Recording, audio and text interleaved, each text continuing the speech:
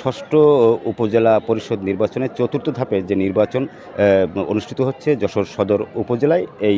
এই উপজেলায় এখন আমি যেখানে দাঁড়িয়ে আছি যশোর সদর উপজেলার উপশহর ইউনিয়নের নিউটন বালিকা উচ্চ মাধ্যমিক বিদ্যালয়ের যে কেন্দ্রে আমি যদি আপনাদেরকে একটু দেখাই, মোটামুটি সকাল থেকে ভোটার উপস্থিতি ছিল।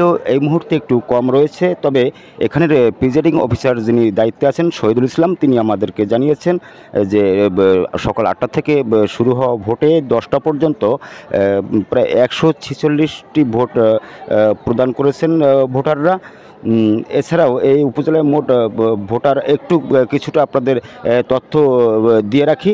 এই উপজেলায় মোট ভোটার 6,08,000 জন।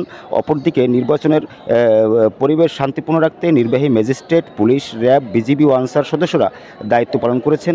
নির্বাচনের আগের রাত থেকে নির্বাচনের পরের রাত 12টা পর্যন্ত পুলিশ, র্যাব, বিজিবি ও আনসার ব্যাটালিয়নের মোট 6,000 সদস্য কাজ করবেন। প্রতিটি কেন্দ্রে 21 জনের সমন্বয়ে একটি করে ফোর্স থাকবে। প্রতি কেন্দ্রের জন্য একজন ইন্সপেক্টরের নেতৃত্বে একটি করে মোবাইল টিম থাকবে। পৌরসভার প্রতিটি কেন্দ্রে একটি করে স্ট্রাইকিং ফোর্স থাকবে। এছাড়া সাদা পোশাকে এসবি, ডিবি ও গোয়েন্দা সংস্থার সদস্যরা কাজ করবেন।